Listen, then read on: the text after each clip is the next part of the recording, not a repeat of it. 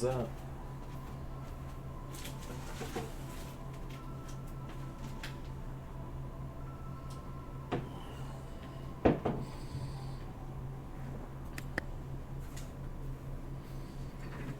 Hello.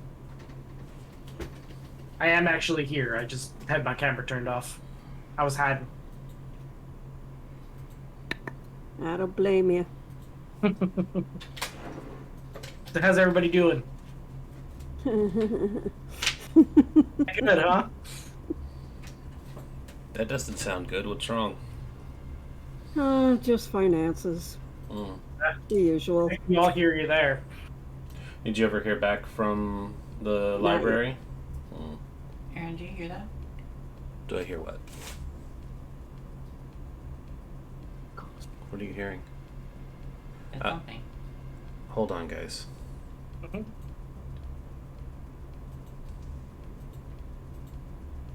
Yeah, kinda. Just take your headset off. Hmm? Just take your headset off for a moment. I can hear it. Yeah. What is that? It's gone now. Huh. But I was hearing it. There it is. Sounds like music. Okay.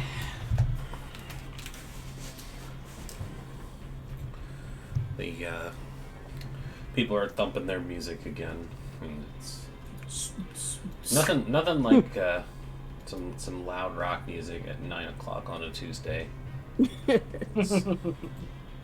know, I've gotten used to the Saturday 2 a.m. mariachi music, but that was new because usually Tuesdays are pretty quiet here. And also, apparently, our bathroom is flooding the apartment below us, but there's no water damage on our side, so that's fun. Oh no. Yay! Yeah, so we had to deal with that, and then yelling at the management people for letting themselves into our apartment without notifying us. Oof. Because it's the third time they've done that, and I've told them they will be shot if they are caught entering. I have permission. I have permission to threaten with bodily harm now. Cool. And Well, call the thankfully you'll police. be out of there soon, so... in less than a month. But it doesn't change the fact that it's like, you don't have permission to enter this place before No. I get home from work. And it's like, and what I told them was, it was like, do not enter without talking to me first. And if you just took the time to call me, I probably would say, yeah, go right ahead. But the fact that you are not even communicating to me that you need to enter my apartment for somebody else's problem is unacceptable. And they're like, okay, we'll pass the message along. And it's like, okay, yeah, fuck you too. It's like, God.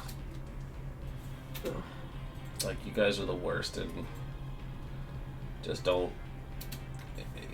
I felt bad for the person underneath us, but it's like, at the same time, it's like, nothing in here is flooding, so I don't necessarily believe that it's anything that we're doing. But It's not necessarily something you're doing. It's likely the pipes that are going from... Because the way it us works in to apartment... them. Exactly. But the way it works in an apartment building, because this actually happened to us in our old apartment, we actually got flooded out from the people above us, is that all the pipes lead from the top of the building to the bottom of the building, and then they drain through sewage and whatever else. Are they So gonna? the problem is that, like, if your pipes between your apartment and their apartment are leaking, then it'll leak into their apartment, unfortunately. They're not gonna try and push any charges on us, are they? Not that I've ever heard, no. I mean, like, the apartment place that I was at took care of, like, everything for us. Good, because Like, I was gonna laugh in their faces if they tried Yeah, to. no, they actually, like, not only replaced, like, our rug and, like, all that kind of stuff, but, like, they actually gave us some money to replace, like, anything that was, like, lost or damaged. So, Well, lucky for the people underneath us then. Anyways, this is, of course, one of Kay's scheduled busy days, so we don't have her again, but we are here. I believe this was a moving day or something. Anyways, it's accounted for. We're here. It would have been great for her to be here for you guys to fight the Rat King, but may not necessarily be the Rat King, but that's what I'm going to call him now. He's on his throne of rats. Rat bastard. You're the rat bastard. There you go. Rat daddy. Rat daddy? Rat daddy. Wow. That's imagery right there. The rat daddy. Yeah, something. You know, he's the rat daddy, and he's just a torso. Wait, what? What? Oh, Twitter had a post that made it sound like it was something good, but I don't think it will. No, it does not sound good at all. Hungary has passed anti-LGBT laws. Yay! Banning the promotion of LGBT content to minors. Ay, ay, ay. Hooray, let's keep people ignorant forever. But Yep. if you can't make informed choices, how do you plan to better yourself? Anyways, enough about the world of darkness. We have a world of darkness to get to. Yay! We have got a a much brighter world to get to. Yes. Yeah, right? Alright. That's distracting. Okay.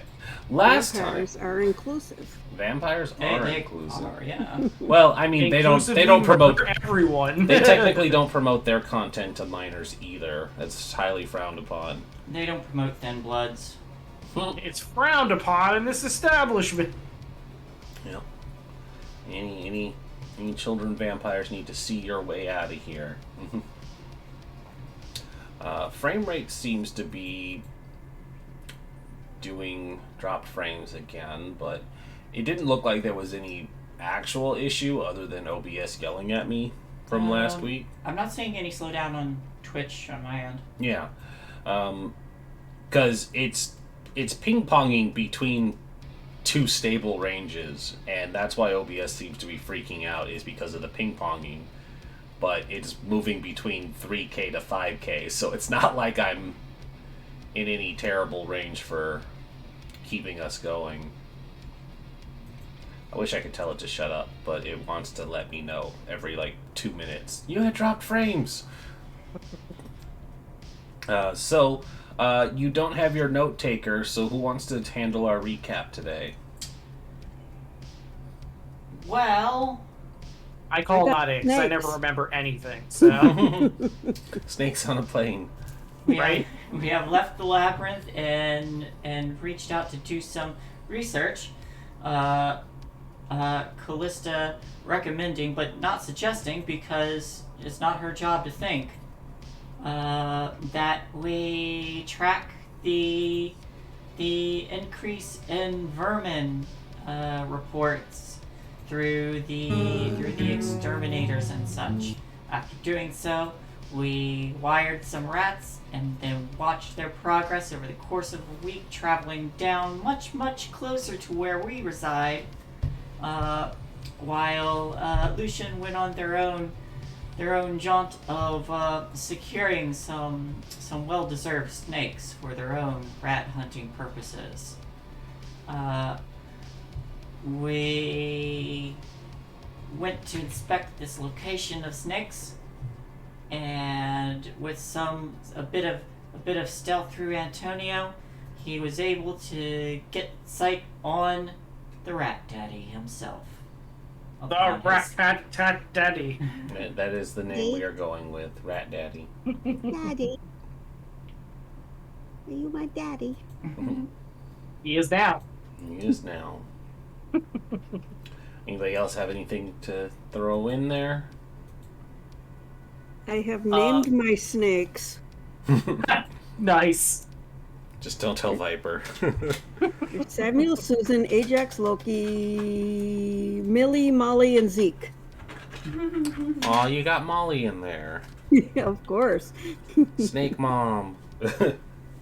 That's the Snake Mom. She has only one good eye. Snake Mom The Snake Mom versus way. Rat Daddy. Snake Mom versus Rat Daddy. That's going to be the one that gets the killing blow. As it should be. Alright, let me open up my vampire book. 'Cause I don't know why I just don't have The it. book. Opening the book. Das Buch.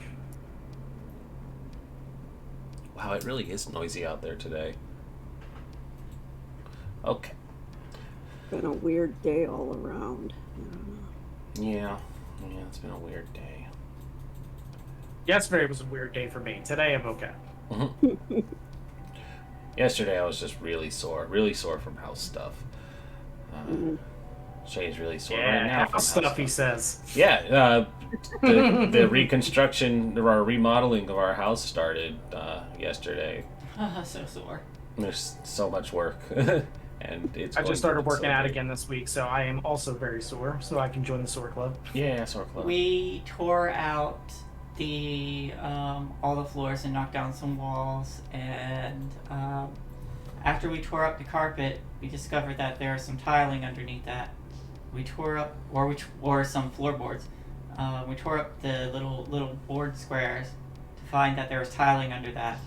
Under the tiling, we found there was a ceiling on the floor as a floor. So ceiling pads under that, and then under the ceiling pads was more tiles.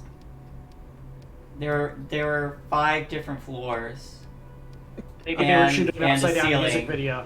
And a ceiling in that house, on that floor level. That's crazy.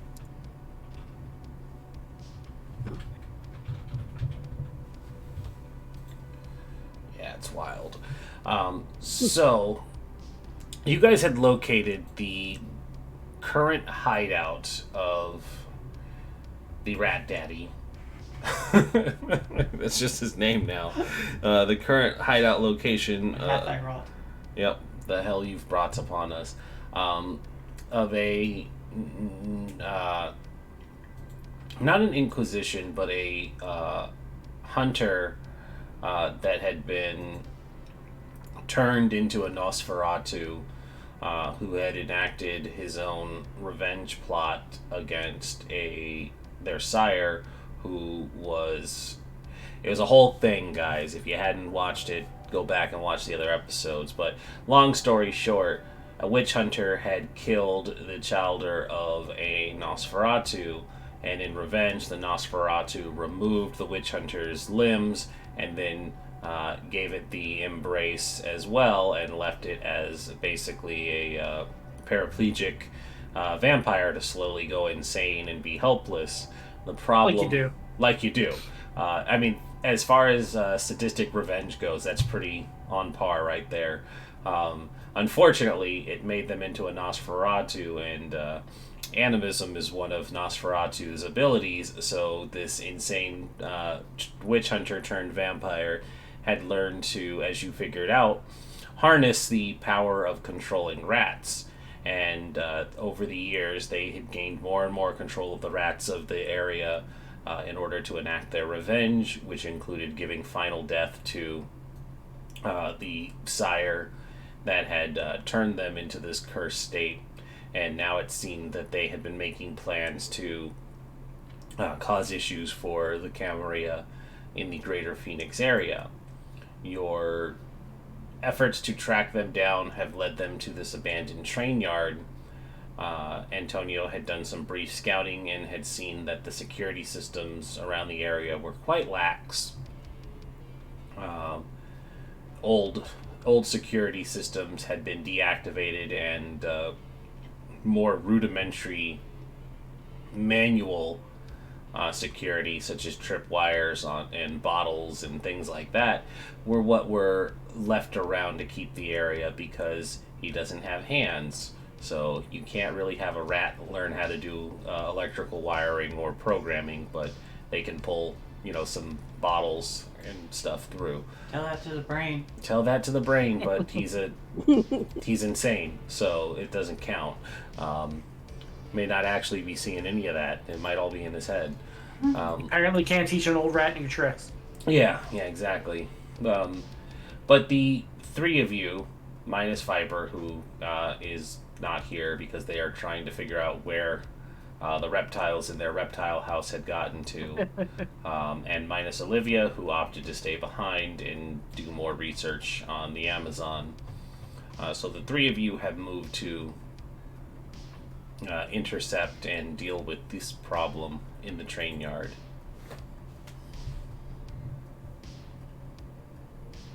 is where we find ourselves now. So the first thing that I would like to do, since they can't see what I'm seeing, is basically take my phone and like open up like a chat window and send them a video of what I'm seeing. So I can't actually because it's not an advanced security system, I can't tap into it and show them the feed. So what I'm gonna do is I'm actually gonna open my phone and send them a recording so that they can kind of see where this where Rat Daddy is hanging out. Okay. Easy enough. I don't have any electrical countermeasures for that, so you don't need to roll anything. You open the camera up, and Lucian and Callista, your phones catch the feed because, of course, the Camerilla embrace top technology, so you all have great phones. Cough, wink, nudge. Doesn't have to be great phones as long as they work. Yeah.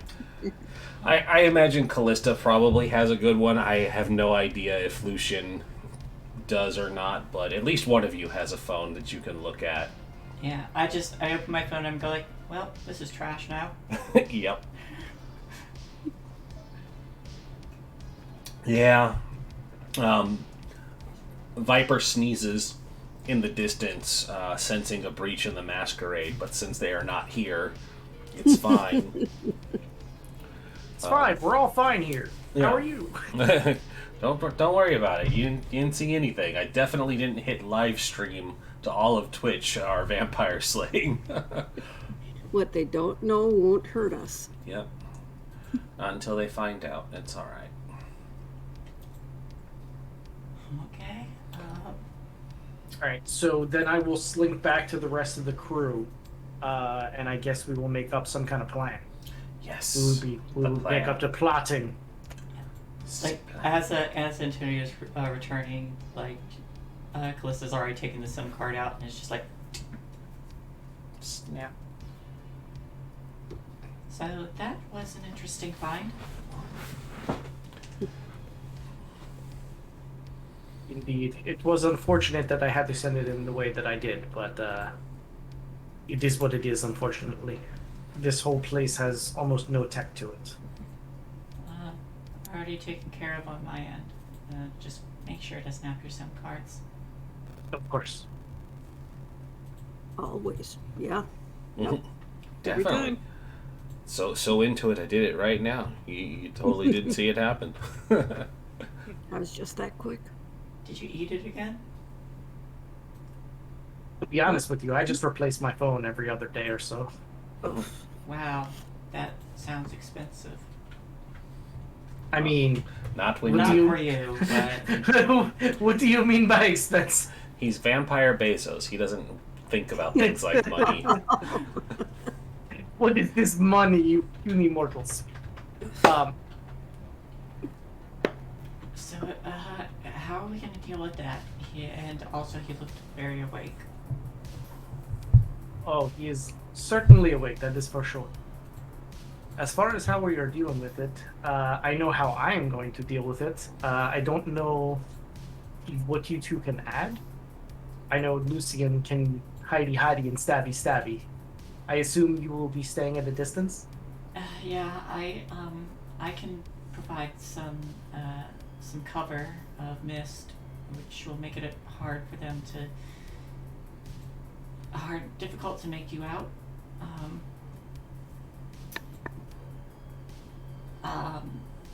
Are we just gonna go in and, or do we need to talk and get information out of them or anything? If we can take them alive, I would prefer to take them alive, but I don't know how possible that is. It is not easy to incapacitate a vampire, even one without arms and legs. I mean, they looked pretty secure without arms and legs. So that is part of the problem. If I can, I would like to keep them alive, at least for questioning. Do you think they chain rats? Do the rats grab onto each other and act as arms and legs? It seems that's how they move, yes. That's kind of cool. Now I have this horrible image of just like rat Voltron Voltroning into his limbs. I want it.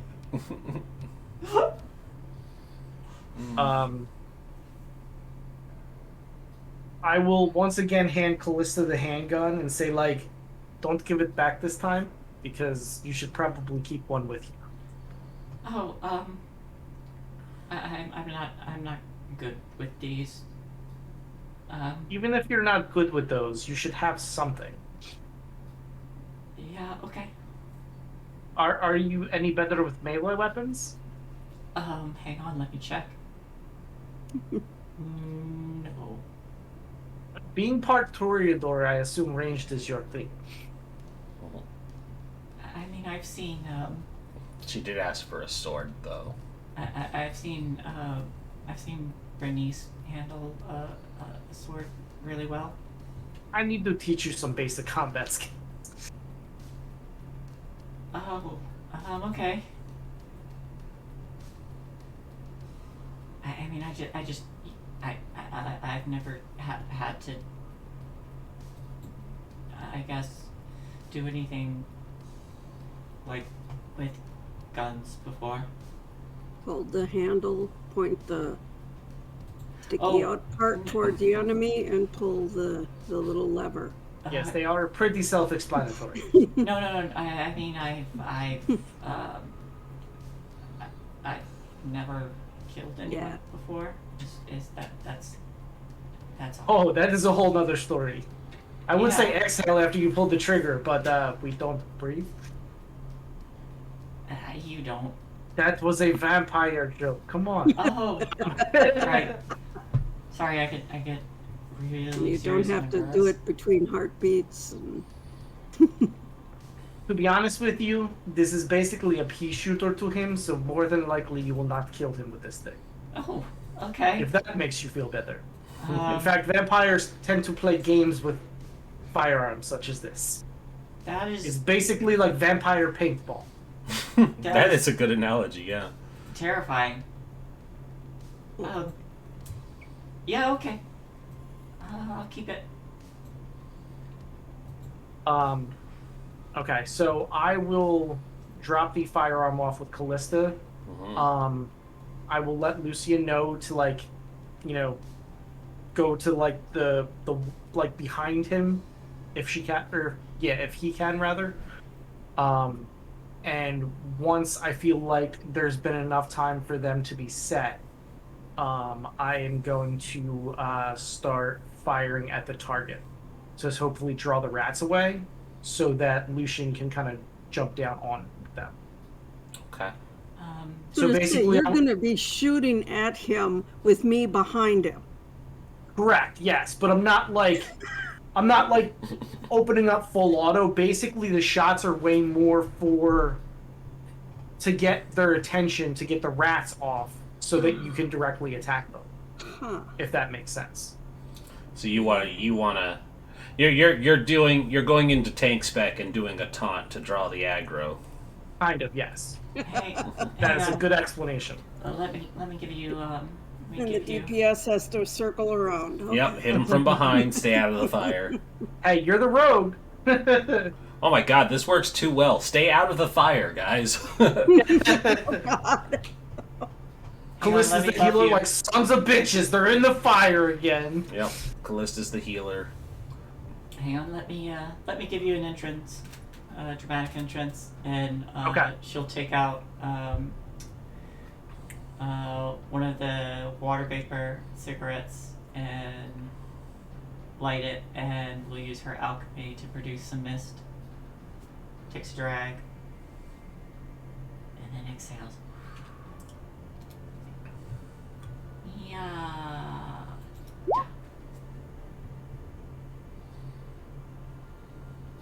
So I think I need to make a. Do I need to make a roll yet? A rouse check at the very least. One rouse check to activate. Yes. Yeah. Upon activation, you do a thing. I mean, I know I'm certainly aroused. Anyone? It looks like it is checks against them have a penalty. Yeah, they can still make their checks, but they lose 2 dice for. They can't. You don't need to roll anything else, is what I'm saying. Okay. Only thing that needs to be rolled is against your thing at a 2 dice penalty. Yeah. So just like as I exhale, just the mist from the vapor just like billows outward around the 3 of us.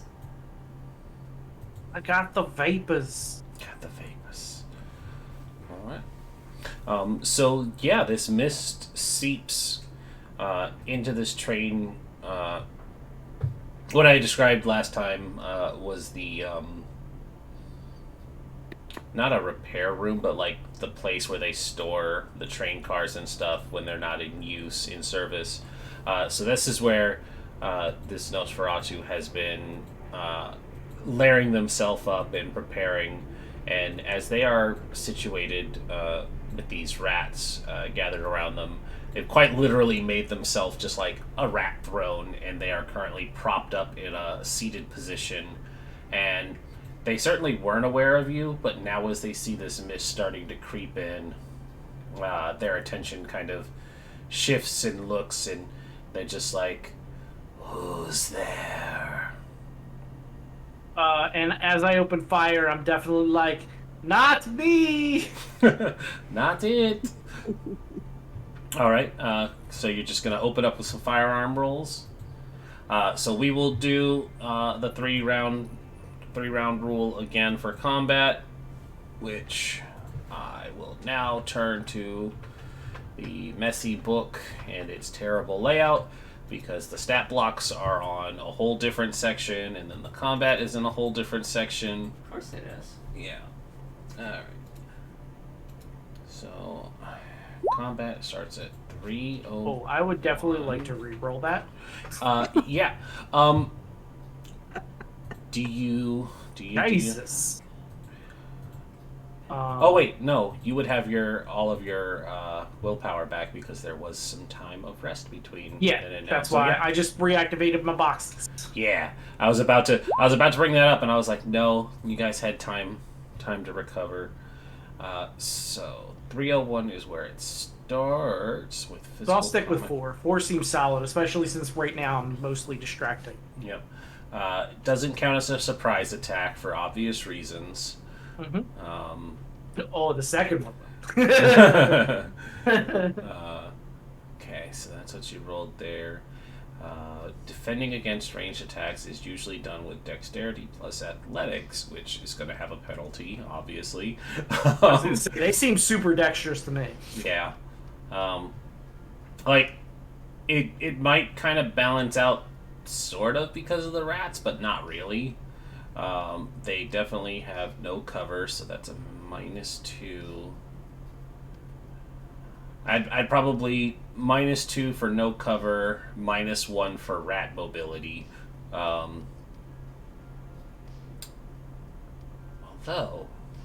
no, yes, they're kind of aware, so they might have rat's body block too.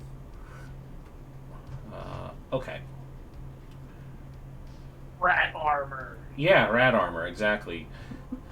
So, What is the AC of rat armor? that's a great question. We're about to find out. We're about to find out. Well, it's pretty low, but they also have damage resistance to piercing. Yeah, that is true. It's very much not an AC. It's more of a durability system. So, by the way, what did you roll for your firearm? Firearm stacks. Okay. Yeah. Because it says to actually do... Oh, never mind. In a standard guns blazing battle, combatants test composure plus firearms. But it also says you can use dexterity firearms to get the first shot off. So I thought the composure firearms was interesting. But That's weird.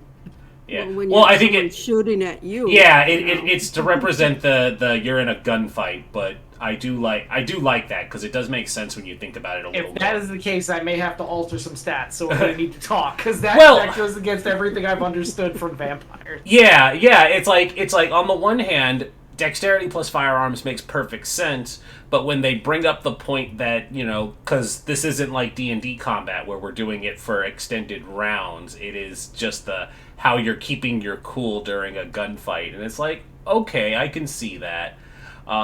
But it does give specific examples of where each would apply, learning something new about vampire. Award the combatant with superior firepower based on the weapon's rate of fire, or one who is willing to expend more ammunition for extra die. That's neat too. So if you're going like full auto, you can have extra die, or if you're you have a better gun. That's cool. I like that. Yep. All these things that try and fast track it. So I Storyteller. can go full auto, but I specifically chose not to in this instance. It also does say I can change it to whatever I want. I do what I want. Yep. It's like if you are ambushing a truck, the guards can react with wits plus firearms. Okay. Counter firing, things like that. So I'm going to roll their dexterity, athletics with the penalties and pluses of rat armor and lack of mobility, which I don't imagine he would be very dexterous without arms and legs. What was the other one I said? Athletics, and probably not very athletic either. But he will have rat armor, so he used to be probably very fit and athletic, and now he's not so much. So it's going to kind of reflect that when you see the dice rolls. It's like he used to be very fit, and then he lost his legs. And so it'll be 4 with rat armor. All right. So he has 1 success thus far. He is probably going to willpower to not die, which brings it to 3. Antonio, did you want to re-roll anymore? I'll stick with what I got for now. Okay. See how the rest of this plays out. So he's got the 3 successes. You declare not me, and that's what gives him enough time to have some rats jump in the way of these bullets. And so I did get 4 successes, just so we're clear. Oh, you're I absolutely re-rolled once. Yeah, you're absolutely right. I was just looking at the reroll and not your total. You're correct. Gotcha. Okay. So you declare not me, and he brings up rats to move in front of him, and the bullets just kind of shred through the first layer of rats, but then it still wings him in the shoulders. And so that brings us into the full confrontation, which now we do in the 3 rounds, because I'm counting that. No, this will be the first round. Lucian and Callista, what would you like to do? Gosh. I feel like Lucian's ready. Lucian, are you ready? Well, Lucian, are you ready? Always. Let's hear it. I'm going to dab him in the back Gonna dab of him. the shoulder. All right. Try to miss important things. Try and miss important things. I mean, you could go right for the stake, but yeah. Okay, so close combat. This is actually really hard. Do you still have to hit them 3 times? I think there's just a huge penalty for trying to stake them while they're conscious. Okay, because I don't know how staking works in 5th edition, but in previous editions, you literally had to roll to see if you hit them, roll to see if you hit the heart, and then there was another one for some crazy. No, it doesn't.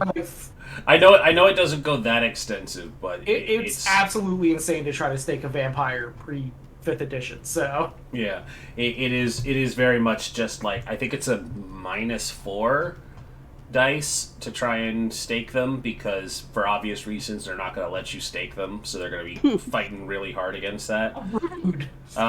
It's a dexterity plus melee for any one-handed melee weapons. Dexterity and melee. Oh dear. melee. Melee. Cases where both combatants are attacking each other, they both roll ones, and the combatant who receives the most successes does damage to the other. 2. Not a critical though, but close. Yeah, very close. Okay. So they have to roll their dex and athletics again, with the same penalties of not having legs but having rat armor. That's a critical. Damn. Oh, dang it! Okay. So I was hoping I was going to get to use this fun thing on Antonio, but Antonio is hanging back and Lucian is close. Cool. Yeah. They are going to use their ability called Headbutt of Cain. Oh no. I would like to do. Jane. I would like to do my thing now. Wait, I'm writing that down. I'm going to do. Oh, what would you like to do? Because this is a counter. I would like to. I'm just gonna post this. This is my newer power that I've never gotten to use yet. But it says I can put an enemy into. I can't throw people, and I can't like throw things hard enough to hurt them. But I can move people slightly to get them out of harm's way. That's actually really cool. A lot of words. There's a lot of words. So it looks like activation crosses a rouse check, and then resolve plus alchemy versus strength plus athletics. I'm hoping I would reduce assume that. she's just basically rolling alchemy and resolve versus Their attack. the Rat King successes, because she's going against their attack to pull Lucian out of the way. That's the way I would read it.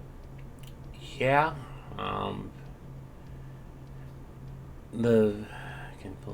What's your maximum range on it? I think it's 10 meters. And there's like closer than 10 meters, yeah. So 30 feet. Okay. Yeah, you were probably within 30 feet. We didn't really establish it, but it's also very abstract. Yeah. Um, I imagine I'm ducking behind. I'm just like peeking out behind roll me a d4. We'll just 50-50 which one goes off first. Okay. Go ahead and do your rouse check. Yeah. So you don't get hungrier. That's lucky. Yay. Goes like twice now. Reese, you were saying have her check against what I roll for his attack? I like that idea. So he basically already rolled his attack. So in order to Well, he didn't roll the attack. That was his defending. That was right, but like in the way this plays. Oh, night, buddy. Night, buddy. Night. Wave. Say night, night. Night, night. In the way this works, basically his number of successes is the number of successes like for the combat, kind of, as opposed to like him just rolling once against Lucian's attack. In my understanding, because we're doing the 3-round thing. His melee versus or his brawl versus his brawl athletics is going in place of the strength athletics. But he didn't roll brawl athletics. He rolled his defend. I'm sorry, brawl He strength. rolled headbutt. Well, I It's- haven't rolled for the headbutt yet. He hasn't done It's that. kind of like a weird thing. I would say roll the headbutt, and then Callista roll your thing, and like they would be opposed rolls, basically. Yes, that is where I am too. I thought you were saying that the critical was his role, and I was like, no, that was just him. No, that was him no, defending. Yeah, I haven't. The headbutt, I probably misworded that. Yeah, no, that's okay. We're on the same page now. Yeah, he has to roll the headbutt still, but it will be the thing that I read a moment ago, where it's going to be the opposed roll, and whoever wins is the one who's going to play out what happens. So Right. we'll do an opposed roll here real quick, and let me find reworded Fist of Cain into Headbutt of Cain. He will need to make a rouse check, so I'm going to do that first. Okay. Getting the critical out of the way, so he doesn't get hungrier for it. So just for your knowledge, Lucian, he can inflict aggravated damage to mortals and supernaturals while brawling. So that's what it's going to be. And so they're just going to rear up with the rats, and go ahead and roll Callista for me. I'll reroll. I would recommend it.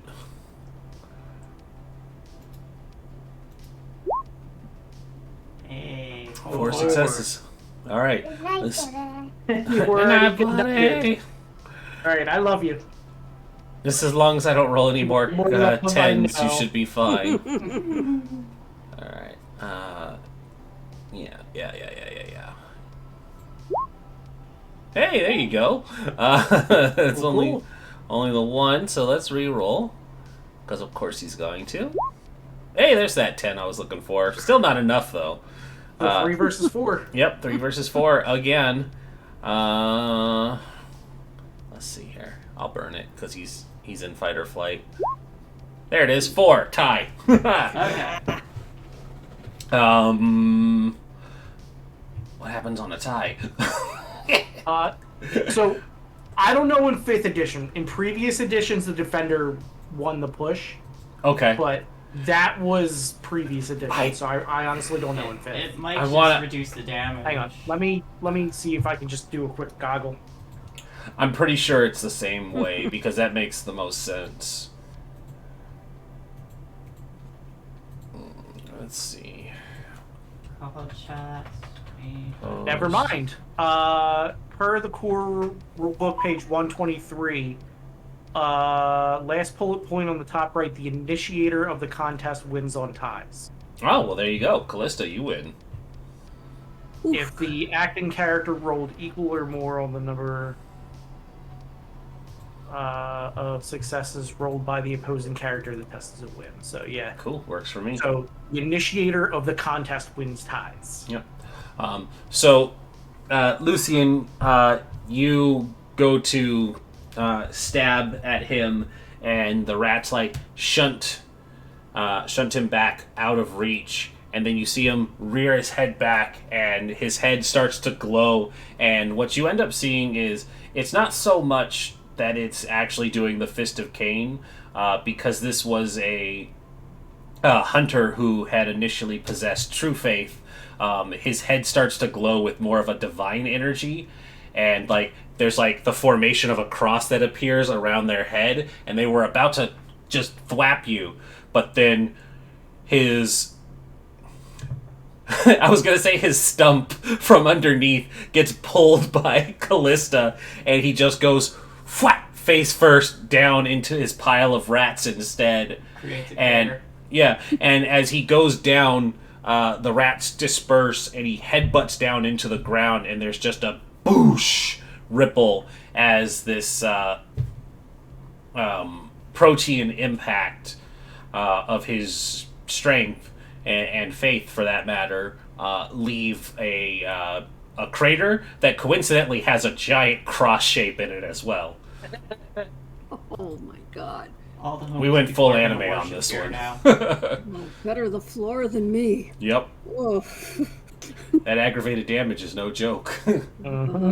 All right, so technically that would have been Callista having a turn.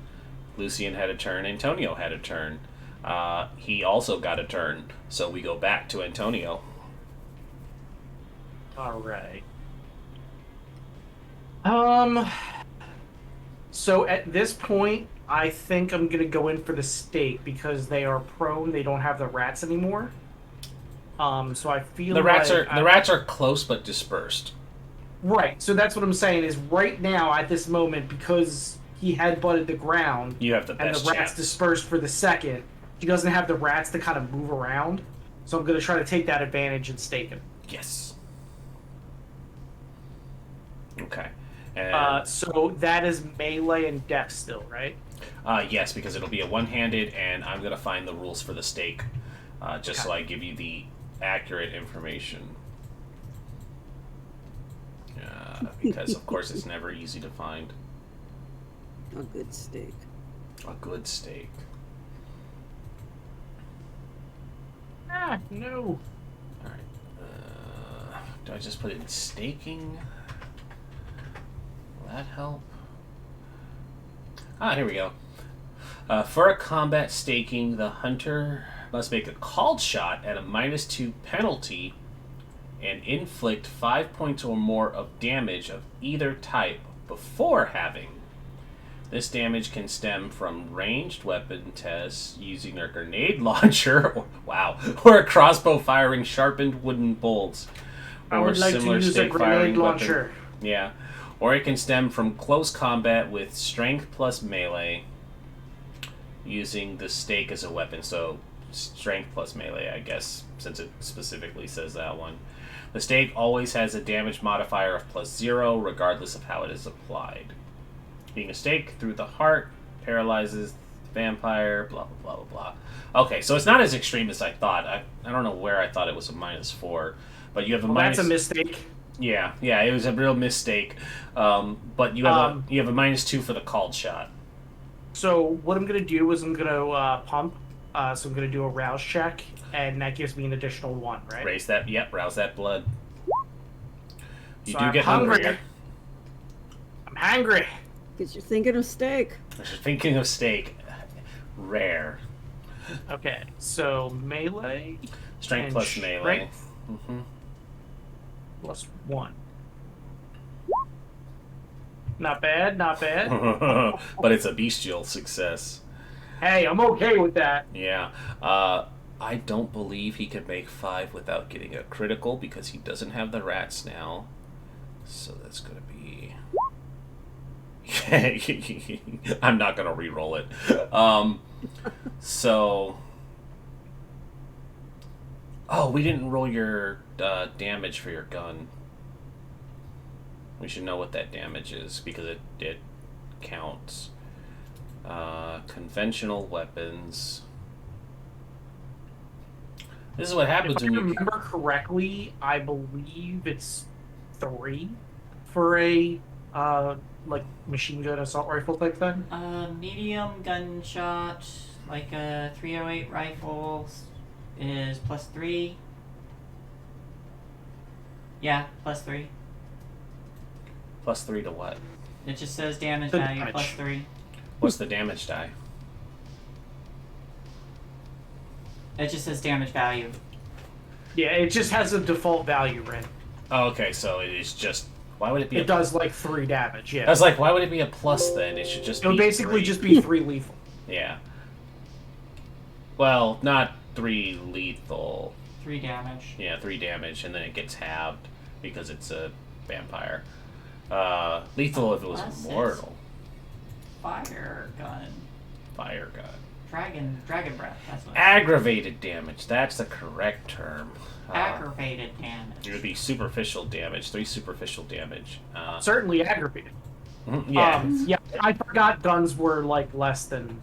Like I forgot they got smoked against vampires normally. Yeah.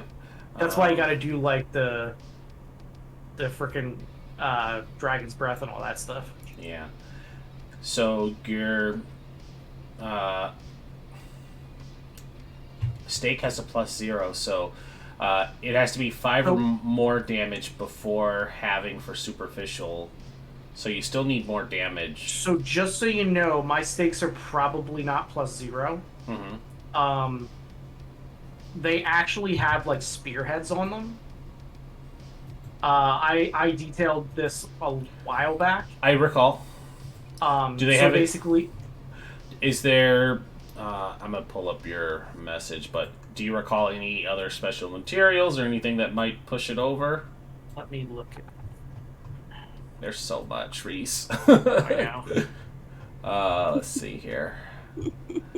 I see your flashbangs, throwing knives. So basically, it's a throwing knife. It's basically a knife with like a wooden. You piece to it. have what you sent me was 5 stakes with cold iron. So that's actually like almost like small throwing javelins for Fae. Mm-hmm. But the throwing knives are the ones with the wooden cores. There it is. Yep. Wooden core for staking. Okay. So it's not just a stake. It's got basically it's like got a tips knife. on it. Yeah. Yeah. I'd give that a +1. It's not silver or anything like that specified on here, but I'll give it a +1 since it's got the pointy tip on it. Pointy tips. Okay. So you still need just a little more damage, though. Do you have anything like? You don't get potence, do you? You need to eat somebody and get potence. Lethal body would have helped. I mean, how many times can I pump? Because I do 4 damage right now because I just physically pumped. So if I go again, would that count? Oh wait, no, it's a cumulative. So you're doing 4 damage right now. Yeah. Oh, then it's enough. Okay. Yeah, because you did 3 damage beforehand. Okay. That's the way I'm reading it, anyways. Unless I'm misinterpreting what it said for the staking. If It not, just I can use my power gun to help him push. yeah. It just says you have to.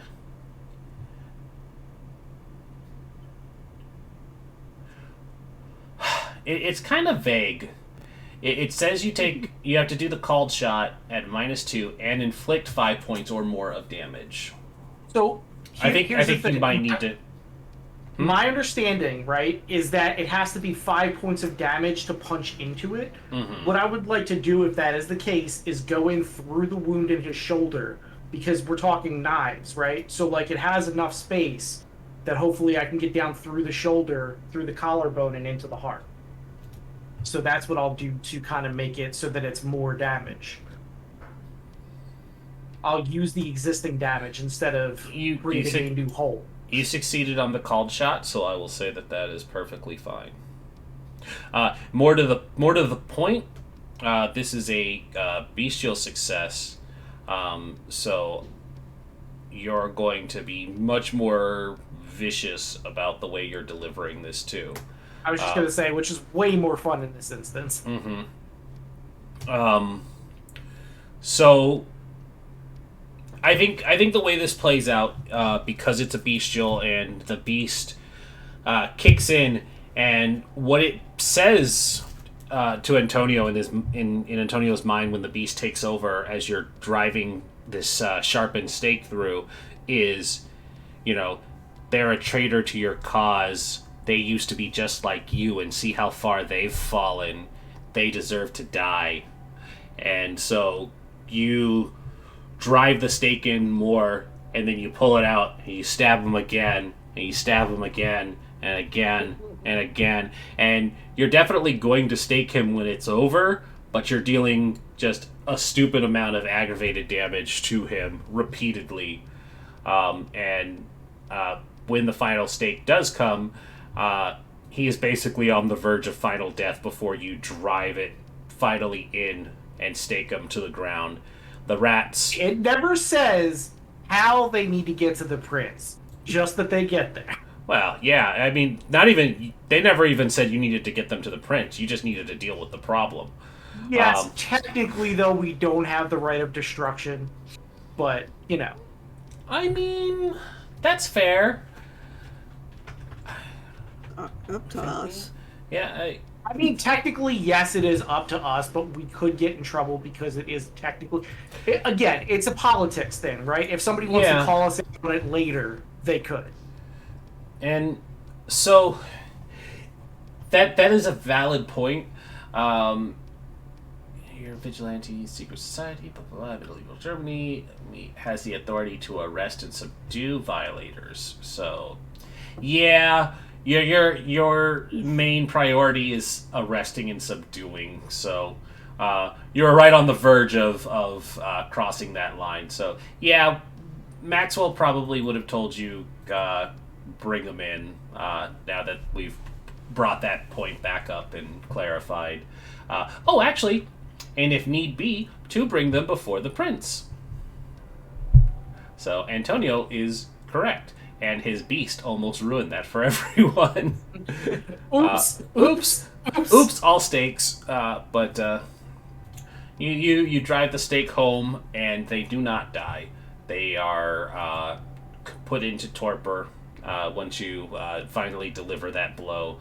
The rats all have a moment of clarity, and the cloudy white that hazes over when you see in media that shows something's under mind control disappears, and they're now pink or black orbs return to normal. They squeak and scatter into the wind. What the fuck are we doing here? And then Lucian unleashes the snakes, and it's mass chaos. Feed my babies. Go, I my had them hidden in pretties. my jacket. Oh my god, are we gonna allow this? Yeah, I'm You gonna gonna do allow it? it. You gonna do it? Let's do it. Let the snakes out. Who let the snakes in? Exactly. But now you have this individual in torpor. Also, you have this hole in the ground with a cross on it. Yeah, Callista probably sees that and is just sorry, God, and just Sorry, kicks dirt God. back into it to cover it, so it doesn't. Callista really starts seem fun. shuffling dust into this Callista, giant hole. No, it's still going to be there after the dust is cleared. We're going to have to get something to shatter it to make it look like something heavy fell on it. That Oh, would explain the divot as well. okay. Is there anything? We're in a train station thing, Yep. right?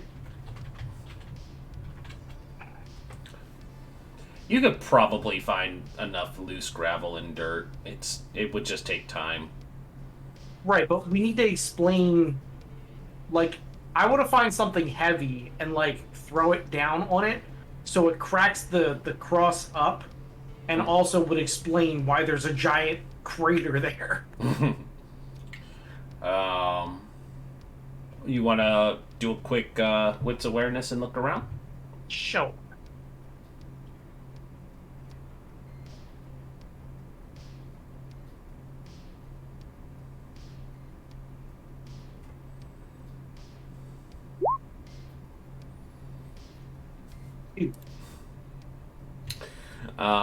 The beast is still just fill it with the dead bodies of the rats.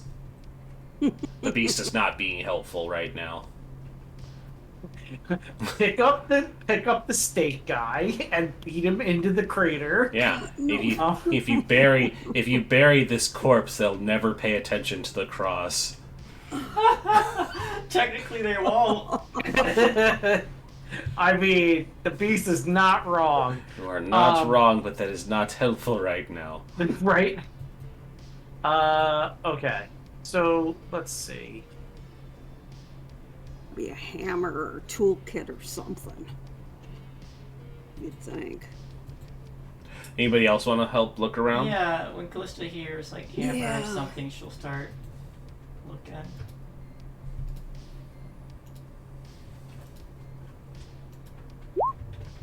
Two.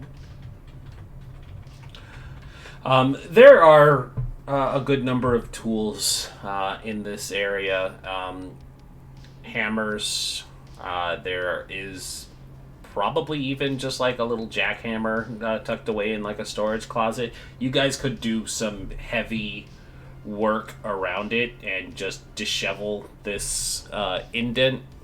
You also have the ability to fill it in. There's probably even some quick concrete that you could pour in there and just completely... I just want to make it so that the cross is broken up so that it doesn't look super weird. If we just dump a bunch of debris in there, and then somebody moves the debris out of the way. There's not this crazy cross-looking divot there, because that's super weird. Yeah. I'm just giving you a couple options. You can use the tools to break it up. You can just fill the hole so the cross isn't even a factor. We'll break it up first, and then we'll fill the hole. That's the thing. Callista comes back and is like, I found a jackhammer and a regular hammer. And then Lucian's like, I'm taking the jackhammer. Jackhammer. We do Jack. So yeah, we'll break up the thing without being hopefully too loud. And then we'll fill it in with the concrete kind of stuff. Oh, did I say this was going to be quiet? It's a jackhammer. No, I know. I was thinking maybe we could take the jackhammer and just hit the ground, but you don't even turn it on. You're just like, you are technically strong enough. I would just need to roll for it. I could. Fine. And you have to convince Lucian to give it up. I almost died for this. That cross hole could have been me. That's fair. Just don't. It's going to be so loud. Just do it.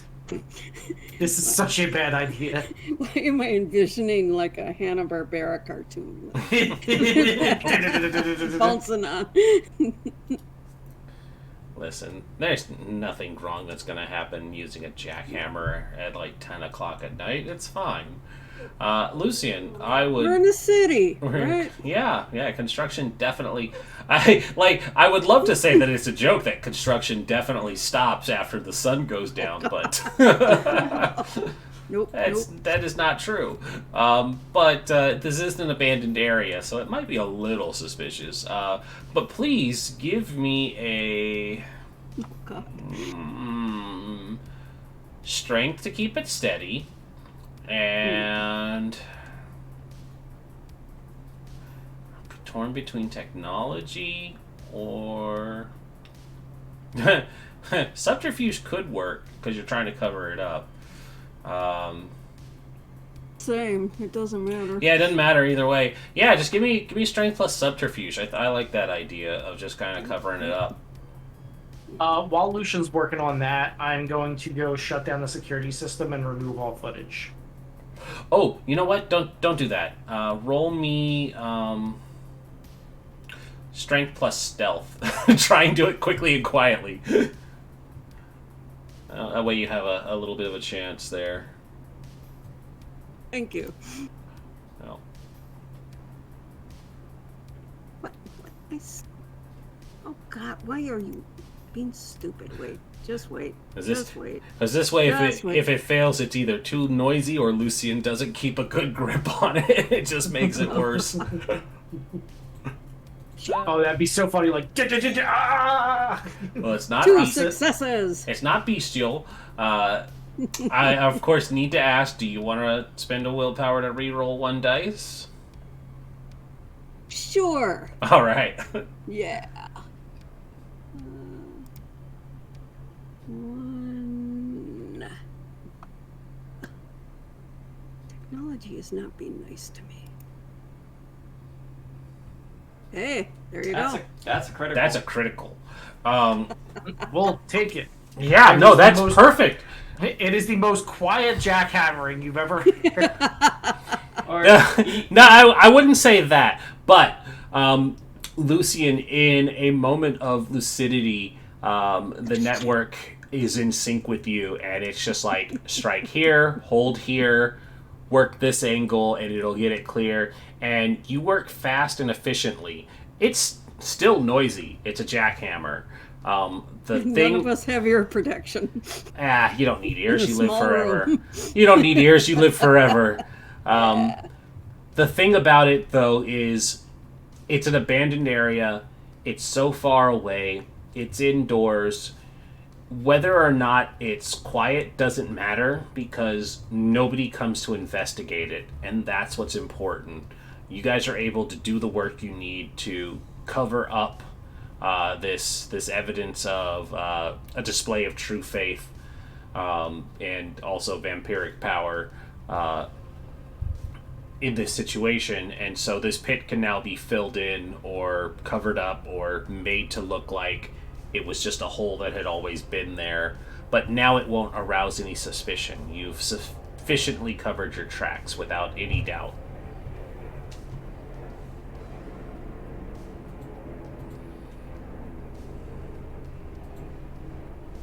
On my next life, I'm gonna work construction. I was gonna ask if it was your previous life. Heh, no. What did you do in your previous life? Lives. Absolutely nothing. Party.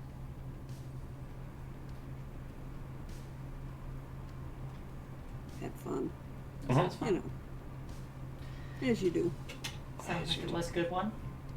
Do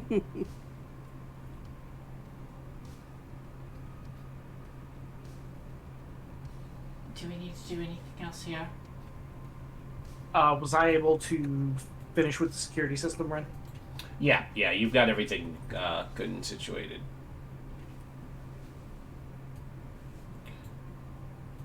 Do you guys want to touch up on anything else here?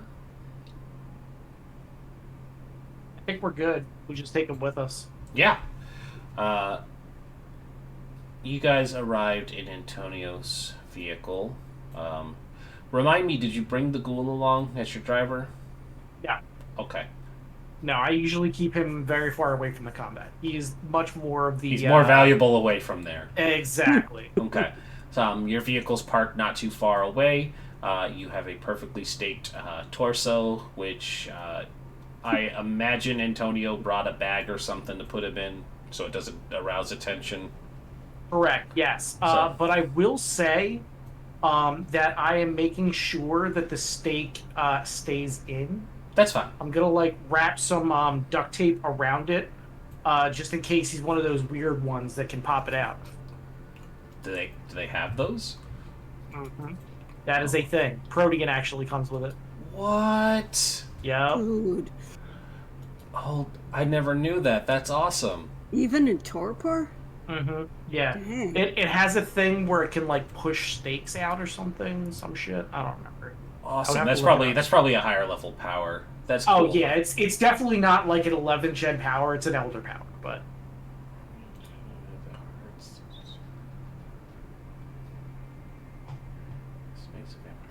Ah, there it is. It's a 5th level power. The Unfettered Heart. Yeah, there you go. Cool. Yeah, Protean is disgusting, dude. Protean is just so ridiculously good. Oh, this one. It's even better in this one. Unfettered Heart makes them hard to stake because the heart is not in its normal position. Yes. You can just move your heart around. Mm-hmm. That's so cool. Yep. Protean is amazing, dude. Because think about it, you can shapeshift, so you're just womp, move my heart down in my knee. So for that though, because it does go on for what you said, even if staked, the user can make a rouse check and roll their strength plus resolve difficulty 5 once per hour. So they can keep trying to do this. A win means they manage to free themselves from paralysis as the stake is pushed out of their body. They cannot attempt such a stake expulsion at hunger 5. So really you just burn their hunger up and then stake them. Not only that, though, if the stake has nowhere to go, technically the power doesn't work. What we used to do is, we would basically just encase the body in, Yeah, because you can't push it out if it's stuck. Exactly. So we would basically encase the body in, Quickcrete, and then the stake has nowhere to go regardless. That's awesome. Yeah. Learning new powers today. I like it. Protean is just disgusting, dude. I love it. It's just so good. Cool. I can't wait for the new source books too, because they're gonna add more powers. Because we I'm need so them. excited. I want to see who else they're gonna put with the Sabbat, because they already bought out Zabichi and Lasombra, who were the two big clans of the Sabbat. So I'm Lasombra aren't Sabbat show me anymore. what you They got. turned. Well, They turned traitor. what I mean is traditionally, Yeah. those were the two heads of the Sabbat. So it's I wonder who else they're gonna put out in there. You know. Mm-hmm. All Should right. be very interesting. So you guys have sufficiently staked, bagged, tagged this masquerade breacher, And I assume somebody has a phone call to make while you guys are driving. And just find another SIM card. Bloop. I will give my phone to Lucian. Do you have Maxwell's number? Do I have Maxwell's number? Would you be able to get in touch with him and see what we should do with the prisoner, shall we say? Cool. I ring up Maxwell. Okay. It rings for a moment, and then there's an answer over a bit of static, and you can hear the sound of Maxwell's voice rather far from it, and just, hello? Hey, baby. Lucian, you're calling me on a different number. Yes, I am. Sneaking up on you. So, we have a present for you. When you say we, this isn't like the last time, is it? I rather enjoyed that present. Antonio's like, this is on my call history. No, this isn't as much fun of a present. You always manage to find a way. Well, if you want a body in a bag, it's what we got for you, baby. When I was younger, that would have been considered foreplay. I've matured a bit. Tell me, is this an individual that had been Quadriplegic. no, he's trying to more tactfully say this that my brain is not comprehending. Lucian already said a body in a bag, but that can be implied as something totally different. Right, especially since they were talking about sexual stuff. Hey, we're talking about sex stuff earlier. Right. It's fine. Yeah. He says, is this the toy from the shop I had asked you to acquire? Yep. And I have a joke for you as well. I love jokes. What do you call a boy with no arms and no legs in the water? A flotation device. Bob. Imagine that chuckle. That was a from pure Rim was from was Lucian. actually his. Yeah, that was. He's utterly charmed by this Malkavian. He just says, delightful. I will make arrangements I will make arrangements for you to come see me. 1 hour. And then he hangs up the phone.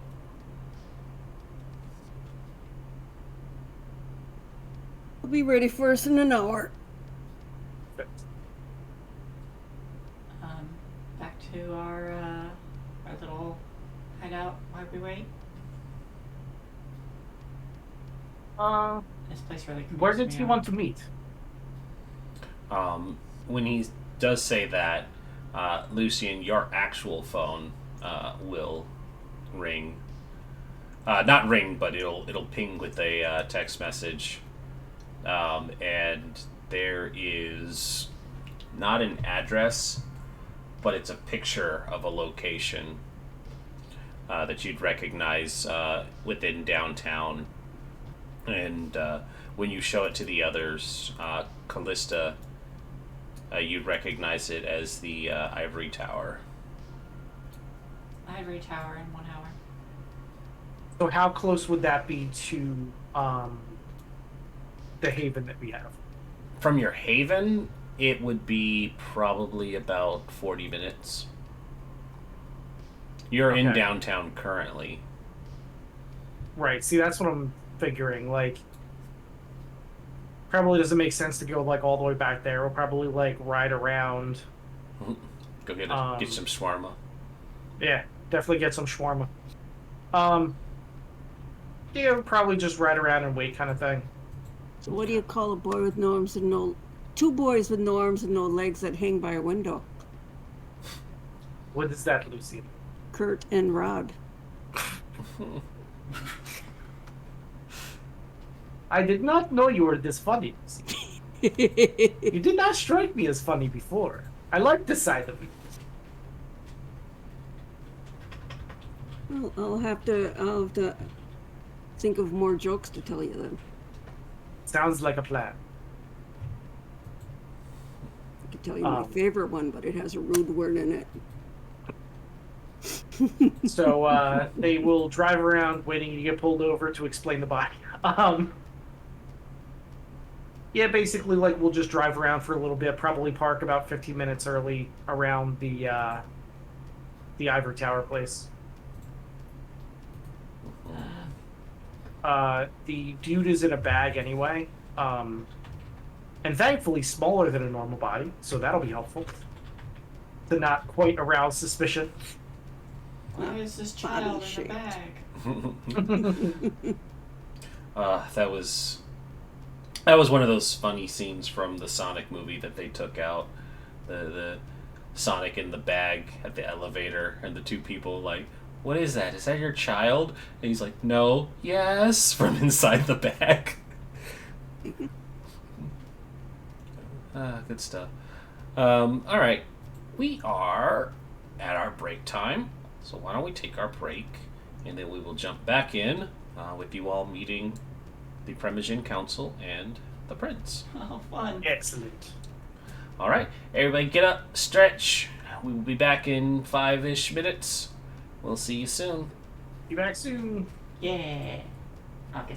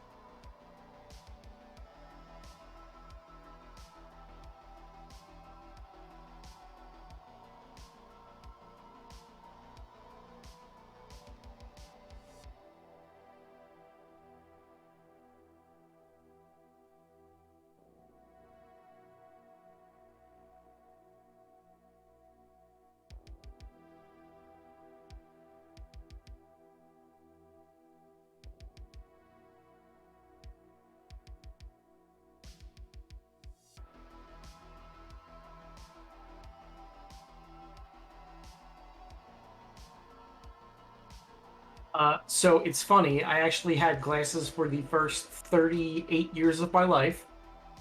And then just recently got laser eye surgery. So I haven't needed them for like a year and maybe a half. And these are actually gunner glasses. They block blue light. Because I'm in front of the computer like 24/7 now. So to prevent the headaches and everything and the really bad dry eyes, I've been using these and they've been very helpful. They're really cool too. They actually have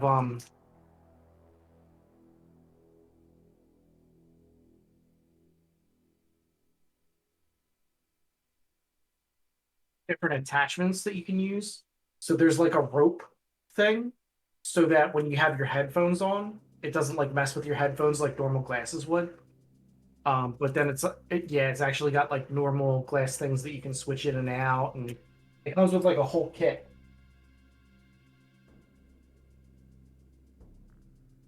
So you can like Fancy. switch the different nose things out. It comes with sunglass lenses as well.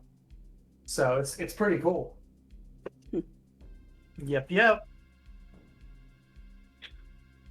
So I'm very excited. It's really been helping over the past couple days, especially with my eyes. Like my eyes have a tendency to burn really bad. So definitely happy with these.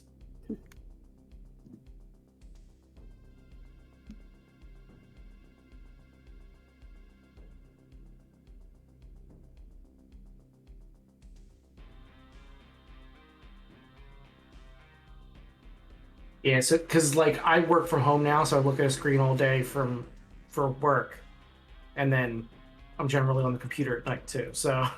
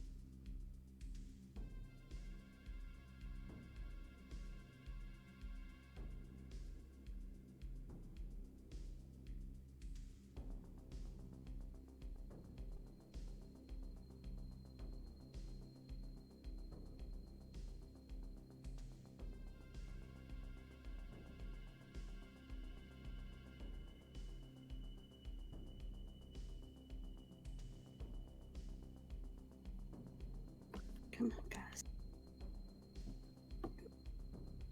She wants to see you. Oh my God, cat! You've been eating more. hello, kitty. No. God, he's heavy. They get that way.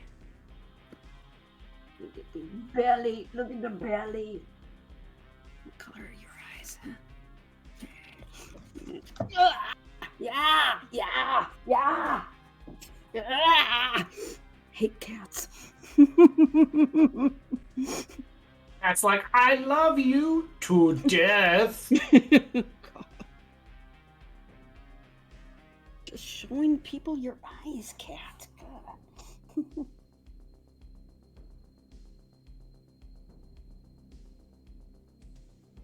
So what do you call a boy with no arms and no legs that sits in front of the door? Oh no, door stopper. Matt. Yeah. Did you see the one I posted in the chat? No, I missed that one. It's a good Excuse one. me. Take a quick look at that one. That's right up Lucian's alley. Where'd you go? I lost Discord.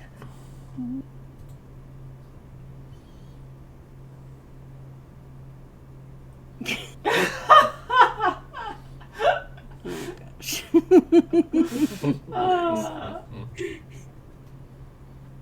Yeah, when I was a kid, for some reason we went through a whole spate of those things.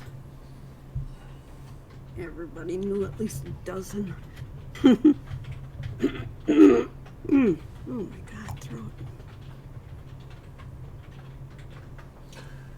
All right, are we all back and ready? Yeah. I'm ready, yes. Yeah, sure. Okay, so you all have spent the time waiting, kind of driving around, idling in a parking lot, waiting for time to get closer to your meeting point. And when it's time, you all pull into the parking garage that's built underneath this building. It works as a high-rise. I do believe I said it was a hotel. It was like all the way back in like the first or second episode. Shay, do you remember? Oh gosh, it was either a hotel or some like high end. I feel like it was either a hotel or an office building, but I honestly... I think it was an office building, and I think the one in Vancouver was a hotel. I know the one in Vancouver was a hotel, but I wasn't sure if this one was also a hotel as the front. But we're gonna say that it's the answer is yes. And it's a hotel office building. yeah, it's a high-rise building, and its main lobby is meant to serve as a front for the ivory tower. And when you all arrive, you park down in the garage, and there is a elevator that is not publicly accessible. And you see that Maxwell is waiting there at the elevator. And by not publicly accessible, I mean that there's no call button on it. But he's waiting at the elevator when you all arrive, and Antonio, you're able to get the body out. This is a secure location, so you can be careful, but you don't have to be super cautious because it's a Camerilla-controlled building. And so, you carry this body over to where he is, and he looks at all of you and smiles at Lucian and says, "Good evening, everyone." Maxwell, you are looking particularly shadowy this evening. He kind of smirks when you say that, and the light fixture directly above him flickers for a moment. He says, "Why, thank you. I do try to keep appearances." Antonio smiles at that. A pleasure seeing you again. You as well, Callista. Oh, jeez. Hold on. I just thought of something that I need for Maxwell here.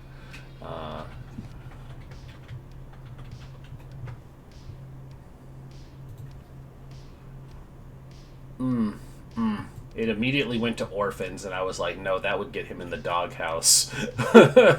Let's see here.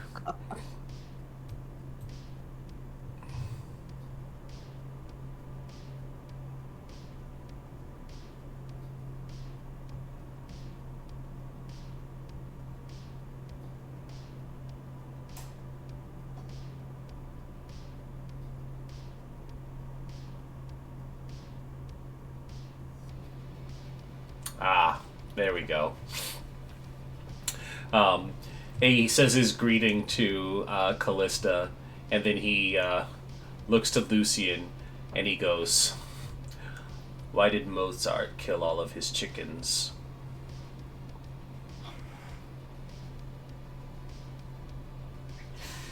I'm going to go with this as some kind of deaf reference. When he asked them who the best composer was, they all replied, "Bach, Bach, Bach." I was totally wrong, and I am okay with that.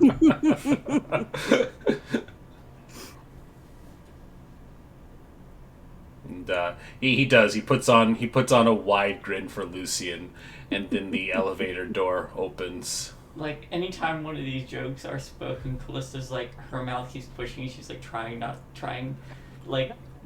to desperately cringe. Well, no, she's trying not to like chuckle out loud.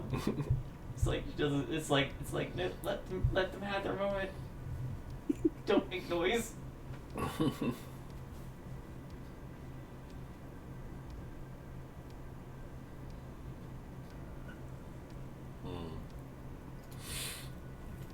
Piling into the elevator, it's spacious. There's like, it's an elevator. I don't need to go into super detail about that. I don't know why my brain was like, describe the elevator. but it's large enough for you all to fit comfortably inside of it. And inside there are a series of buttons, but they don't go to each floor. They actually skip over a good portion of them. And of course, he hits the one that will take to the top floor. And it's a slow enough going ride that if you all wanted to talk and ask any questions, this would be the time. Antonio pushes all the buttons. Ah! I mean, you hit 6 buttons, and so they go up. Do you actually hit them? No, I don't Okay. actually. It would be funny. Good. But yeah, so the elevator starts to ascend. Antonio will just like kind of look at Maxwell and be like, "Since you are my vampire daddy, is there anything specific I should expect here? I want to mind my manners and all that." First, I should provide clarification. I'm Lucian's vampire daddy. I'm your shadow. I see.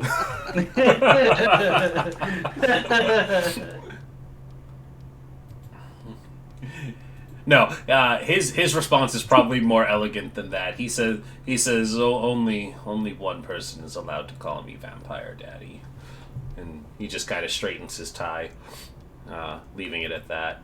Oh, I just froze our cameras. Hold on. That scene was too sexy for Twitch. Yeah. Yep, Okay. yep. Cadence's camera is working. Everybody else's is mid reaction to my I'll great just keep joke. moving. I just gotta remind it to work. That's all. It's like it was too good. We have to break. I think, as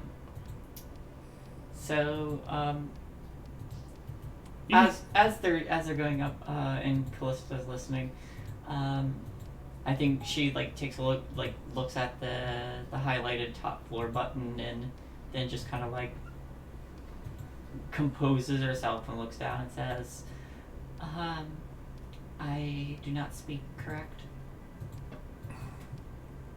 Not unless directly spoken to. Unfortunately, your clan, and he kind of thinks on that before he says it, you're not truly represented. Okay. And just tries not to think about her brand, because this would have been the same place that it happened. Mm-hmm. Listen, if you have any things specific you want to ask, just kind of whisper it to me in my last voice. Okay. Yeah, that is probably the best and safest way to handle that.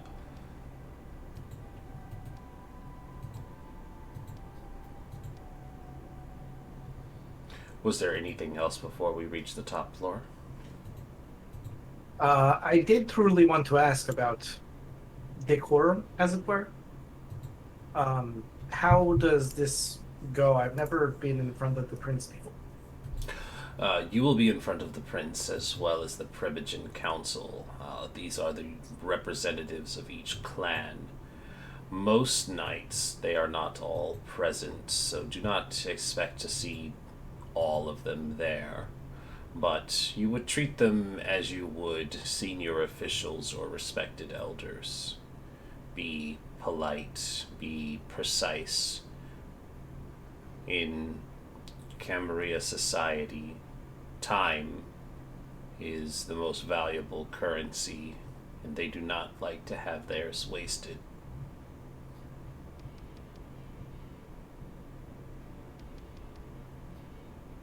Otherwise, Excellent. just continue to be your charming self. Also, Antonio, don't mention your background. Antonio grins at be your charming self and says, I will do just that, but there is no secret handshake, no particular bow that is needed. No. You don't need to do anything too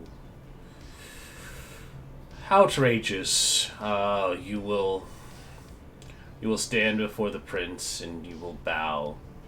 I will introduce you. Nothing else is truly necessary. Excellent. I will move forward with that information. Thank you, Max. And let's see. I'm going to roll to see how many are present today. 1, 2, 3, 4, 5, 6, 7, 8, 9. Thin Bloods don't get a representative. Oh, damn. So we will do 9, 5. So there will be 5 currently present on the council. Cool. After probably a couple minutes of writing, after asking these questions, getting some clarification on the etiquette and what is needed to be done before the Primogen Council and the Prince, the door finally dings and opens. The top floor is not the Prince's personal haven. It is just where they hold their court. And in this case, it opens into a large conference room. May not be the right word, but it's a large open space where they have situated a series of tables that kind of form that like U shape, so that each council member has a place to sit in a more or less facing each other sort of situation, and the largest chair being in the center belongs to the Prince of the city himself. Currently present, the Prince Luther Graves. Did I have a picture for him? I did not. Okay. Luther Graves is a tall and handsome man of African American descent, is much like Maxwell. His hair is kept short. His facial hair is a clean goatee, and he dresses very sharply. This would be basically B.D. Walters if he chose the correct clan. Thank you. Yeah. I have made that joke at him before, and he just scoffs. But this would, yeah, if we had to cast somebody, it would be B.D. Walters picking the correct clan. Besides him is the Seneschal. Her name is Petra Mahajan. I wrote these out a long time ago, and I have to remember how to pronounce their names. Mahajan. Petra is a woman of Indian descent, the country, not the misnomer of Native American, but she is Indian descent. Her clan affiliation is not publicly known, because she does not make too many appearances, but she acts as his right hand. You also see that there are 5 Primogen members present, and I will say that it is the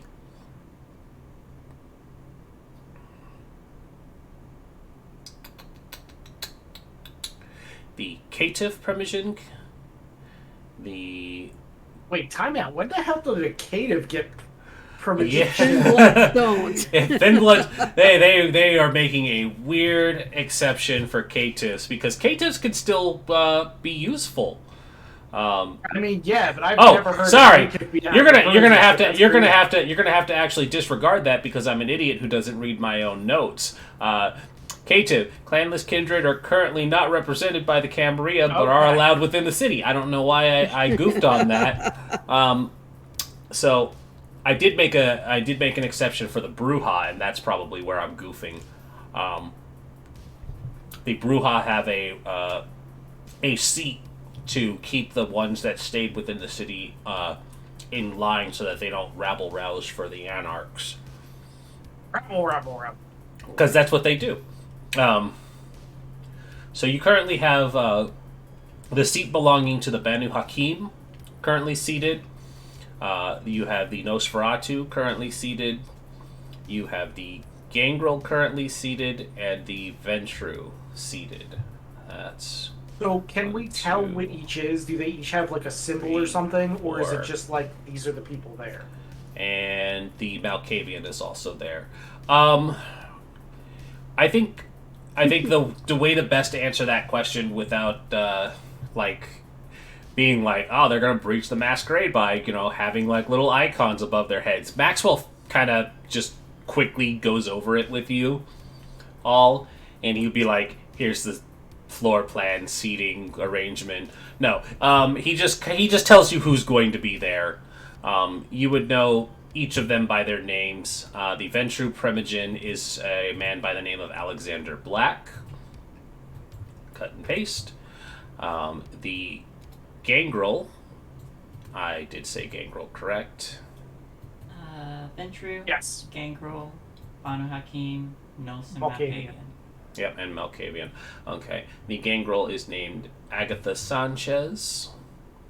The Banu Hakim is named Khalid Bashara. The Nosferatu is simply named Grimbald. And he actually has hair. Ha. And then the Malkavian is named Luisa Rivera. So Grimbald is basically like Fuzzy Wuzzy. Yeah, he's got a short. He would have the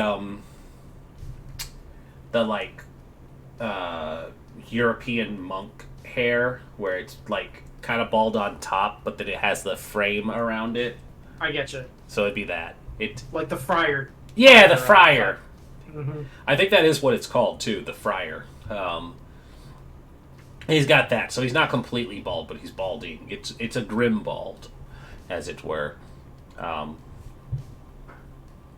And so currently you see there are 7 people there: the prince himself, the seneschal, the 5 council members. Through a side door opens up, and the herald, who of course naturally needs to be there to announce you all arriving, is Callista's good friend Victor Riddle. He is a tall, handsome toreador. I think we described him basically as a Fabio type. Exudes handsome and sexual energy, and as he steps forward, he says, announcing the Vemi. And Maxwell steps forward, offers a bow, and he says, may I introduce Antonio Kincaid? Kincaid? Antonio Kincaid. He gestures for you to step forward. I'll step forward and say, good evening all, and give a bow. And Lucian. Step forward, drop a little curtsy. Is Lucian's surname known? I don't think so. Probably not. Okay. I didn't want to breach that etiquette by announcing it without clarifying. Okay. Yeah. I just love this site though. If they knew, they'd be terrified of her sire. Yeah, if they knew, they would be very fearful. I do love this site though. I want you to like curtsy with the bottom of your like leather jacket. Yeah. I can see it in my head. It's awesome. And then he finally announces, and the last of the attending members is your surname known? Yes. Okay. And our final member, Callista Tiramos. She steps forward and bows very, very low. And all of the council kind of murmur. You'd notice that they are sitting in what would be like their assigned chairs, though, Antonio. While they're not necessarily marked with like clan symbols or anything, you can see that they have preferred seating because there are gaps between them. Like the Ventru is seated. The Toreador and Nosferatu right next to each other. Right? Yeah. They're on opposite sides of the U. The Ventru is of course seated on a far corner, very far away from the Lasombra. Oh, that's good. he chooses to not sit near the Lasombra, and yeah, the Bruja seat is probably opposite of him on the other table as well, because that's a very valid point. He's just like, this is my corner, and nobody can have it. But yeah, they are spread out, but they do kind of murmur to themselves, seeing Callista bow. And once the pleasantries are out of the way, Luther Graves himself looks from his throne and he says, Maxwell informs me that you have brought a gift. We have indeed, my prince. We have caught ourselves a hunter that was turned into a Nosferatu. We have brought him in for questioning and potential final death. He is staked in this bag, as you see. And I will motion to it. And you do motion to it, and he gestures with a hand, and nobody moves to attend to get to the bag, but instead, from the shadows, a couple of like hands start reaching up, shadowy, dark hands grab it and drag it into the U space between all of the tables, and one of the hands unzips it, and they all kind of lean forward and look, and he says, so this is the one that has been causing so much trouble. Indeed. It did not take you very long to apprehend them. We are a resourceful bunch, to be sure. So it would seem.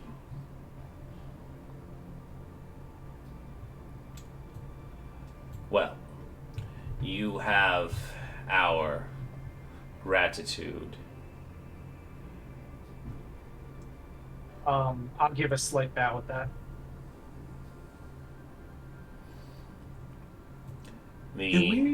Do we know what hunter coterie he was with? I forget. I know that we had found it out at one point. Sorry? This is out of character. I'm trying to remember what the what hunter coterie he was with. What sect he was part Yeah, of? I remember it was like they were like radicals, and like I think they were like some kind of biker gang or something that was like hunters. I think he... Like I think- hunters, yes, but specifically like a hunter coterie, like they went after like the biggest and hardest game or something. Mm-hmm. I remember this conversation, and I cannot remember what I said. Basically, Antonio would relay all the information that they had found out on this person. I gotta remember what I said, because it was a specific one. Again, I forget the specific name, but I do know for a fact they were like they were known for like hunting. It was the Ashwood Abbey.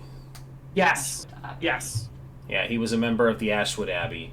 I just pulled up the wiki for it. Yeah.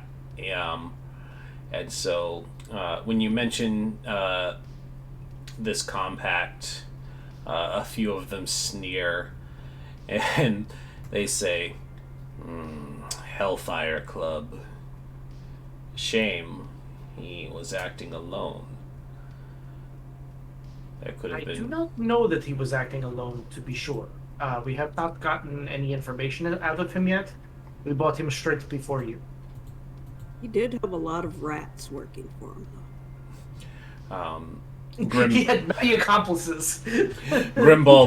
Grimbold, you see the Nosferatu. As I said, he has a very bat-like appearance to him. His nose is pushed up and elongated. He has got the wide ears and long, spindly clawed hands, and his skin is like a grayish purple. And he just says, he's very good with his animalism. Having control of swarms is something not outside our wheelhouse. The fact that he could master it probably means he was hyper-fixated on getting his revenge. Yes, unfortunately, he was able to attain his revenge against the one that turned him before we could investigate. I am aware. Marius was a fool to have not killed him outright.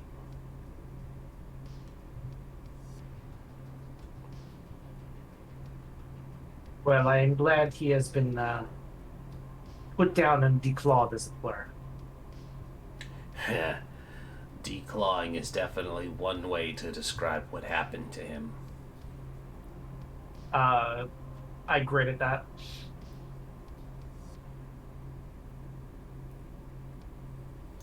Well, we'll make sure that he is dealt with appropriately, questioned thoroughly, and find out what else he knows about other hunters in the region. If the Abbey is trying to make plays into the city, they're going to find that it's a very dangerous proposition for them. Excellent. If you require any further information from us, please reach out. Let us know. As you all know, Maxwell is my shadow currently, so you can generally get in touch with us through that. Yes, we will speak to Maxwell if there's any need. And I will bow lightly again and move a couple steps back.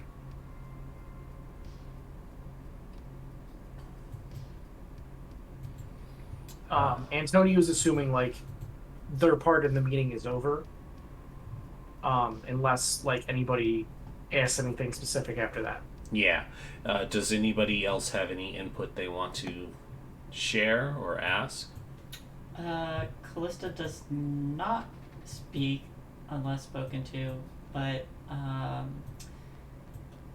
she will look to Antonio when he backtracks a bit and just make a little gesture, do the little cross symbol in the palm of her hand. Just trying to remind him that he used true faith. Yes. So, Antonio definitely gets the light bulb face. Takes one more step forward. One more thing. He did have some kind of strange power of faith. He did attempt to attack Lucian and made a cross symbol that was dented on the blacktop of the train yard that we were in. So he certainly has some strange powers. Just wanted to make sure you were aware. We did, of course, cover our tracks. We destroyed the entire blacktop that was stamped, and we also got rid of all the security information. The prince considers that and just kind of laughs for a moment. He says, the irony of keeping one's faith after being embraced. Not so strange. Was a time when all of the Lasombra had control of the Catholic Church. And he kind of smiles, and he actually lifts up a crucifix that he had tucked under his shirt. We all find faith in God, even if God has turned their back on us. True faith, however, is a very potent and dangerous weapon. It's good that you were able to avoid harm from it. That is certainly thanks to my coterie members. We had a very good plan, and it was executed with perfection. That's good. And I'll take a step back again. But all things considered, their meeting with you is over. There is no discussion of compensation. I would not bring it up before the council anyway. Yes. That's meant for a private meeting, for sure. There's no discussion of compensation as they disperse to talk to each other about what to do with this body.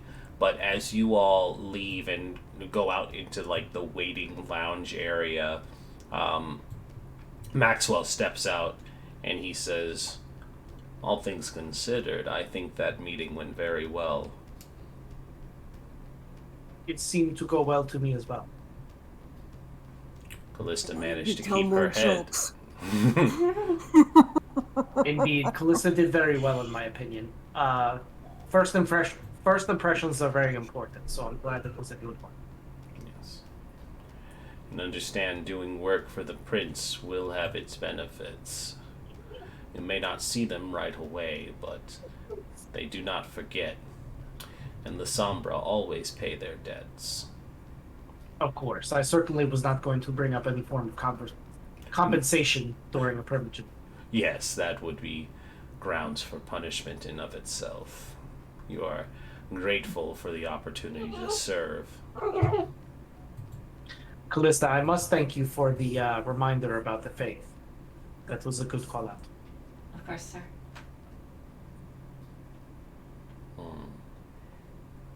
Well, if that is all, we should adjourn. Dawn is approaching soon. Yes, thank you very much for your assistance, Maxwell. Of course. Is there anything else? Not for me. I'm sure Lucian has other things for you. Antonio says, grinning. What do you call a boy with no arms and no legs who hangs on the wall? Art. No. Oh no. Sorry. I restrained myself in there.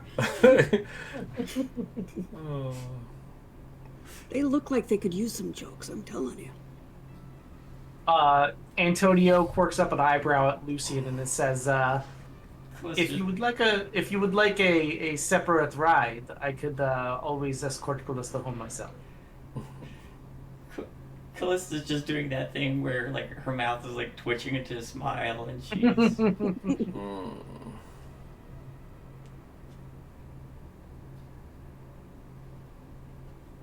I'm trying to find a good counter joke here. Give me a second.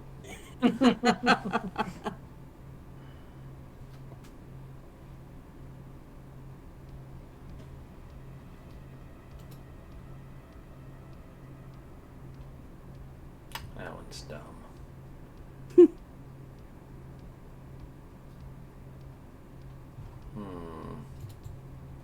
A lot of these are very like context funny, but not quite a good counter to what you said. Sorry, my doggo was being so loud. They Now that were. means he has to be on camera. Doggo.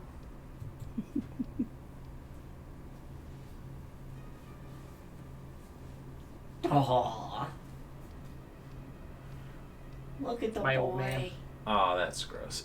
He's the goodest boy.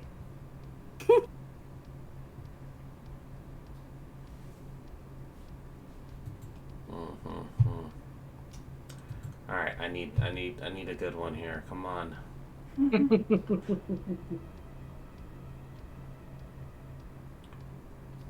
Okay, too topical. That's just racist.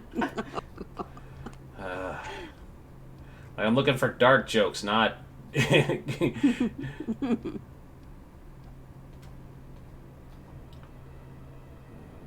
Nope. Calm down.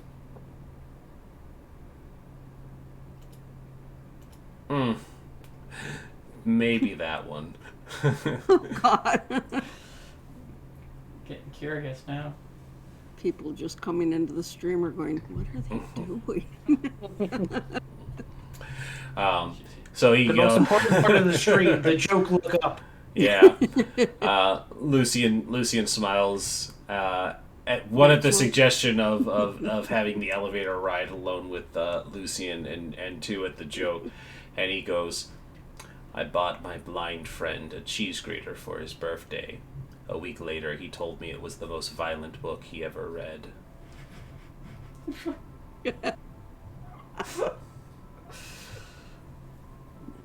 Oh.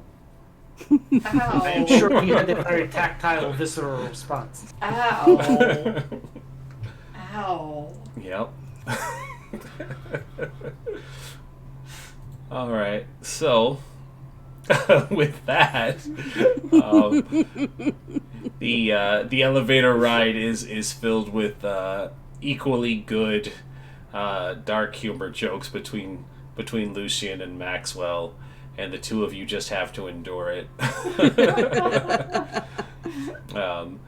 You all drive back to the Haven, and interesting. You all drive back to the Haven. I just saw a thing of them, like, random people setting a monster on fire, and I'm curious about what it is, but I'm going to look at it later. But you all drive back to the Haven to await your next set of masquerade breaches or fun incidents that may happen. But time will pass again, and we'll wrap up here so that we can not have Kay be too far behind, and we're right about at our normal time of stopping when we are down a person. And everybody, great job. Take 35 experience. Take 3 experience for a lot of story narrative and taking down the Rat King, Rat Daddy. Rat Daddy. So just go ahead and make sure everybody has that recorded, and we will wrap up here for the night. Alrighty. All right. Next week we should have the full coterie, in quotes, back and up to speed, and we'll go over some fun stuff because Callista has a problem that will start surfacing soon, and I will start making more problems for everyone start surfacing. Well, I need to finish my first problem that I've been working on anyway. So yeah, I mean, you're finishing your problem might make more problems for Callista. Who knows? Hey, that's that's part of life, right? That's part of life. So everyone, have a great night. Thank you for watching. This, of course, has been Blood of the Phoenix, Phoenix by Night, if you want to call it that. I don't think anyone has that one tagged yet, but I just didn't try to risk it. Anyways, thank you all. Have a great night. Bye-bye. Bye. Bye, everybody.